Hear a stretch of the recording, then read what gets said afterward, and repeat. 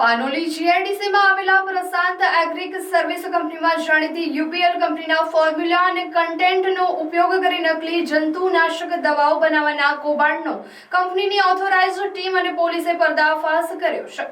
રૂપિયા 4 લાખથી વધુનો જથ્થો જપ્ત કર્યો છે.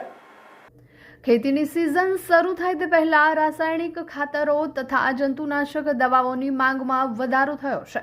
આ તકનો લાભ ઉઠાવી બીજા બાજુ ખેડૂતોને નકલી જંતુનાશક દવાઓ ઊંચી કિંમતે પધરાવીને રોકડી કરી રહ્યા છે.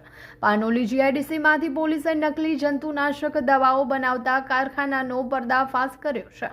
પ્રશાંત એગ્રીક સર્વિસ કંપનીમાં દરોડા પાડીને પોલીસે રૂપિયા 4 લાખથી વધુની કિંમતનો મુદ્દામાલ જપ્ત કર્યો છે. યુપીએલ કંપનીની ઓથોરાઇઝ્ડ ટીમના જણાવ્યા અનુસાર પ્રશાંત એગ્રીક કંપનીમાં યુપીએલ કંપનીની ફોર્મ્યુલા તથા કન્ટેન્ટનો ઉપયોગ કરીને પિલાલા નામની જંતુનાશક દવા બનાવવામાં આવતી હતી.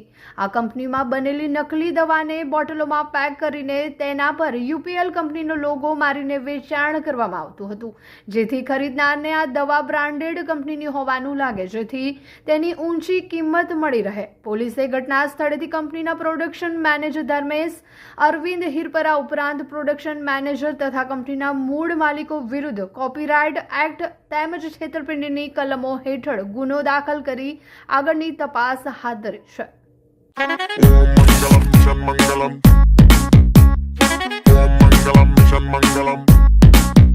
મંજિલ